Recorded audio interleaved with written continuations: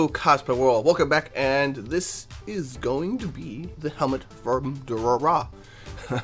So, if you're interested in a more extended rant than this one, check out finalcosplaycore.com for details on how to get a subscription and get more cosplay awesomeness. But while you're here, I'm going to give you a quick overview of how this was done, so if you're interested, I hope you enjoy. It was based off a regular biker's helmet.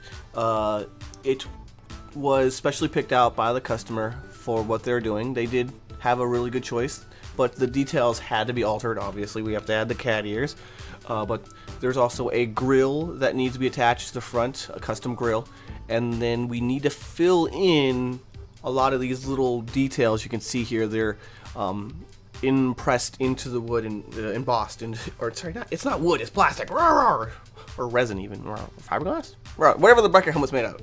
At any rate, the template is made from just regular cardstock. That's because it's really easy to kind of find the curvature of the helmet before going in with plastic and mounting all the ears in place and making sure that it's the right shape.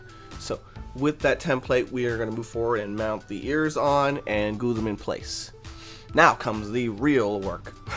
Sanding. Sanding was easily the bulk of all of what I was doing with this helmet. Like 3/4 of what I was doing was putting on the plaster Paris and white acrylic paint, mix it, and sticking it on to the surface, sanding it till I thought it was closer to the curvature I was looking for, because there's a bunch of like details that are not perfectly curved, and then adding more or sanding more until it was a little closer and adding more. I added a nice kind of shell to it to even it out. There's even some Bondo in there because I got frustrated. I was like, I'll just try Bondo. The plaster Paris worked just as well as the Bondo in this case. It wasn't a huge problem.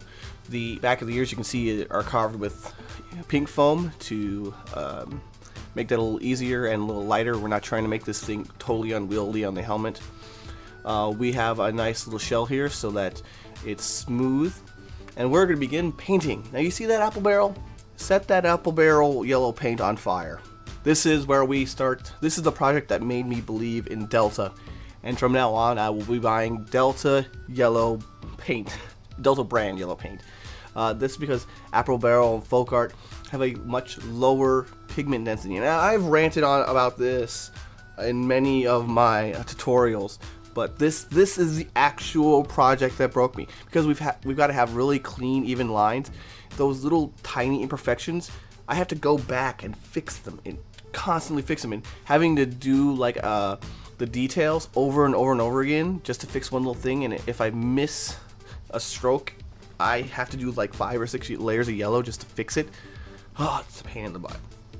But we're gonna varnish it, and next time we're going to be working on an energy weapon. I hope you guys enjoy. Thanks for watching. Good times to all. Brah!